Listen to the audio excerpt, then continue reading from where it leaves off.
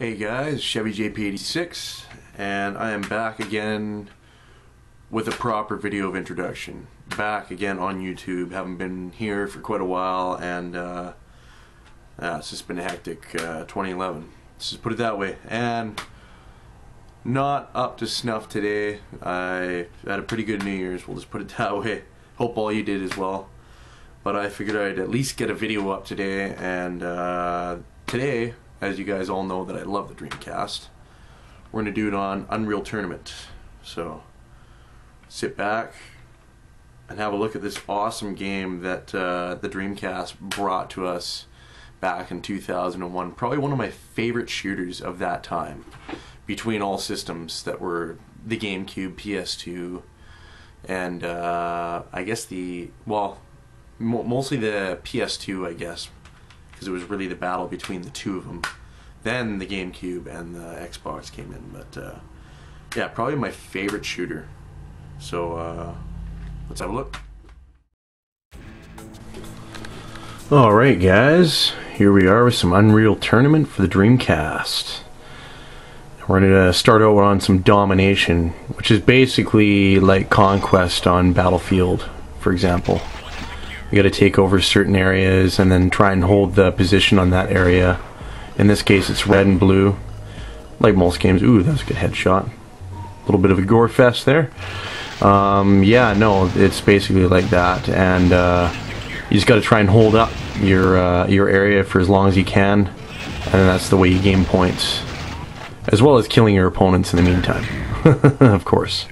Ooh, double kill with a headshot. Gotta love those ones. But like I was saying in the beginning of my video, the graphics at the time for this game were a bit of a feat on its own. Just anywhere from the models being used for the game engine, as well as the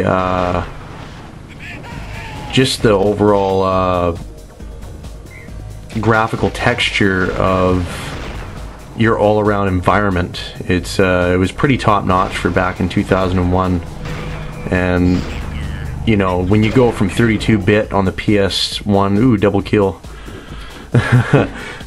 Always getting interrupted here with the gameplay, but you go from 32-bit to 64-bit, then all the way up to 128-bit. It's a huge jump, right? So, and you know, with that jump, the graphical upgrade is just enormous. And you know, you go from first-person shooters on the 64, which weren't bad, mind you, to Dreamcast. It's just a huge step up. And then, you know, from the PS1 to the Dreamcast is even a bigger step up. So this is what you get with that big step, is Unreal Tournament, and it's honestly, in my opinion, the best shooter for the Dreamcast back in 2001. There was Quake 3 Arena, which, you know, held its own against it, but still in my books doesn't quite, it falls flat a bit. It doesn't quite take the cake. This one is amazing. Even to this day, is still an awesome shooter. You know, to get together with your friends and you just, ooh, ouch, man! It is a gore fest in here. They really want the valley area. Crazy.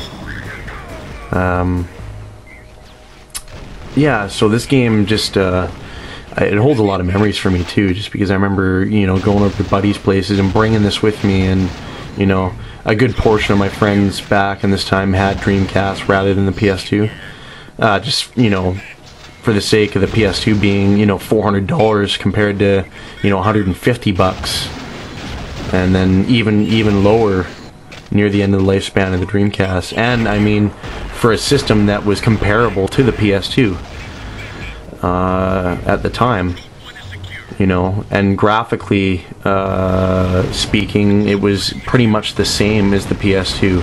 The PS2 really wasn't that much better, considering it was hard as hell to program for, and the Dreamcast was easy because it was running Windows CE as the platform for the basic programming. And this is what you get, is an awesome first-person shooter. This isn't really meant for playing with the Dreamcast controller. I know that sounds funny because, wow, everybody's got a Dreamcast controller when you're playing the Dreamcast, but this game is meant for the mouse and keyboard, honestly. The Dreamcast controller doesn't give this game enough justice. Like, as you can see, like when I'm playing, it's somewhat stiff, like the controls. That's because I'm strafing using X and B, and then for up and down is like Y and A. So it's a really weird control scheme, since there's not dual analog technology in the controllers for Dreamcast. Ooh, headshot with a blood splatter. Nice. Since there's not dual analog technology, you pretty much got to take what you can get, and that's what you get with the Dreamcast controller. It still does well with first-person shooters. Like, mind you, just because I'm so used to it, I like the Dreamcast controller better than the PS2 controller for this game in general. And I actually do like this game better on the Dreamcast than the PS2, just because it actually ran a lot smoother. The PS2 is garbage for this game. You know, no offense, but I'm not a hater of the PS2. I love the PS2. Here we're going to do some capture the flag on face. Awesome level. One of my favorites for capture the flag. And this is also another level that shows off the graphical feat of the Dreamcast at that time. Just the maps in general are just awesome. And there wasn't a lot of slowdown until everybody was using a rocket launcher at the same time and shooting. Then it slowed down a bit. And like, as you can see here, when you're zoomed out on the map, it does you know, it does take up a lot of RAM inside the actual Dreamcast itself to run a map like this, because, you know, you can just look at the size and it's just huge. You know, this map is bigger than some maps on Halo 2 on the Xbox, and this is like 4 years before its time. So huge feat in my books for this game. And that's the best thing about this game. When you shoot a body, it explodes into pieces. You know, it may not explode in one shot, but if you keep on shooting that body, she's gonna explode. Oh, and this is how you issue orders to your bots in the game when you're playing Capture the Flag, to go get the flag and stuff. You gotta actually pause it, but it's still worth it. It's strategically huge for Capture the Flag. Ooh, headshot, nice. Look at how big those shells are. I can't get over that. The actual shell that expels out of the chamber in the gun when you shoot the round off on the sniper rifle, the shell is like probably 4 or 5 times bigger than the chamber itself. It's like, oh, it's still awesome. I love it. This game is wicked. But yeah, no, the sniping in this game is actually really good too. And anyone that's really wondering about this game and has saw it really and would like to try it out, and you know, you're probably gonna find it for cheap now. But yeah, definitely pick it up. Like, it's, you know, it's not a Halo killer. You know, I'm not gonna say that, but it's definitely worth picking up if you're a fan of the Dreamcast and you like first-person shooters and such. Is definitely worth giving a go at. And I'm sure a lot of you that have been following my videos for a while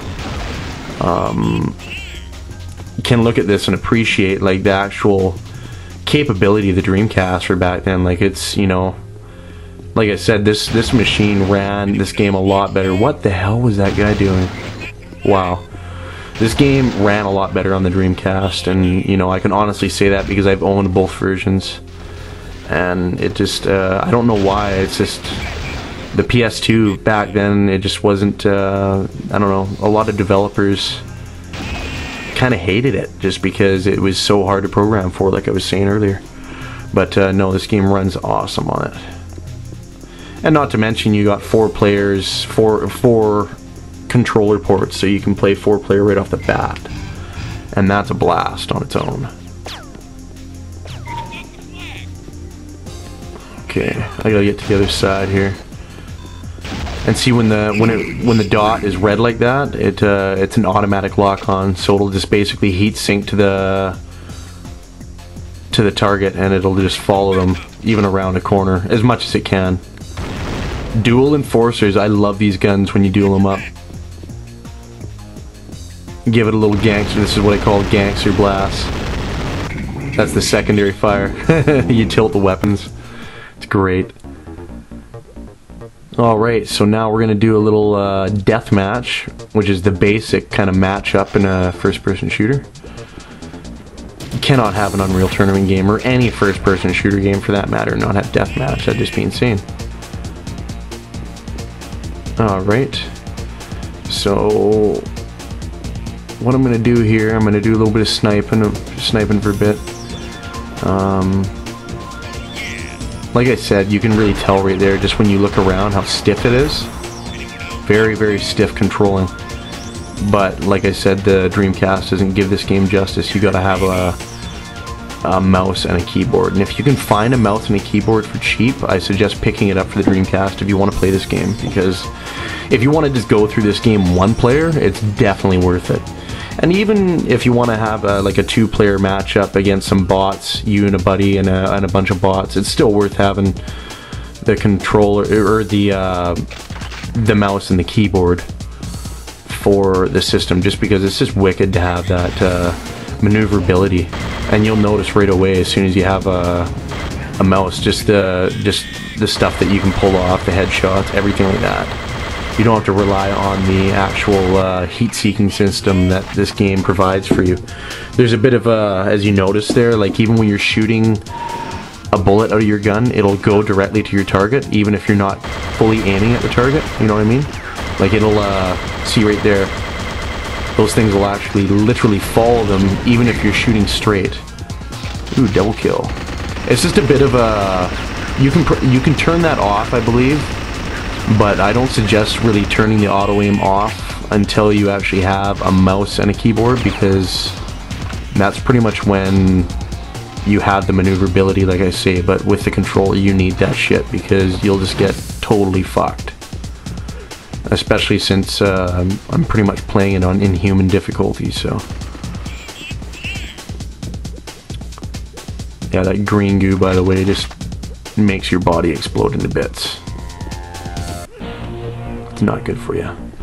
Now this is the this gun is capable of shooting those discs out in a straight line, and you basically get that. Oh, and then there's the BFG. This is basically a mini nuke that just destroys anything within its path. That's the secondary fire for it. You're able to control the missile. Ooh, double kill. Nice. And then the secondary fire for this weapon is just a higher rate of fire. And then there you go, higher rate of fire. Oh yeah. Just mows them down like nothing. Rocket launch is pretty cool too, because the secondary fire for that is capable of shooting 5 rockets at once. And if you hold the fire button and the secondary fire button at the same time, it'll shoot the 5 rockets all out in one ball, making it like a massive explosion. So you could probably get a double kill with it if there's 2 people within the vicinity of that explosion, which is awesome. Just trying to no-scope here and failing miserably. Oh, ouch! Nice! Ah, yikes. There we go. See, yeah, it kind of locks onto the target. Still pretty sweet, though. That disc weapon, though, shooting those discs, secondary fire for the discs, they explode. Alright guys, that basically concludes my video for Unreal Tournament on the Dreamcast, and I hope you guys enjoyed it as much as I did making it. It's definitely a game worth picking up for sure. If you have a Dreamcast and you want to explore some of the shooter franchises on that system, definitely a game to pick up. As you can see, the quality and the time that the developers took into making the game itself for the system at the time was definitely awesome. Anyways guys, Chevy JP86, I'll see you next time.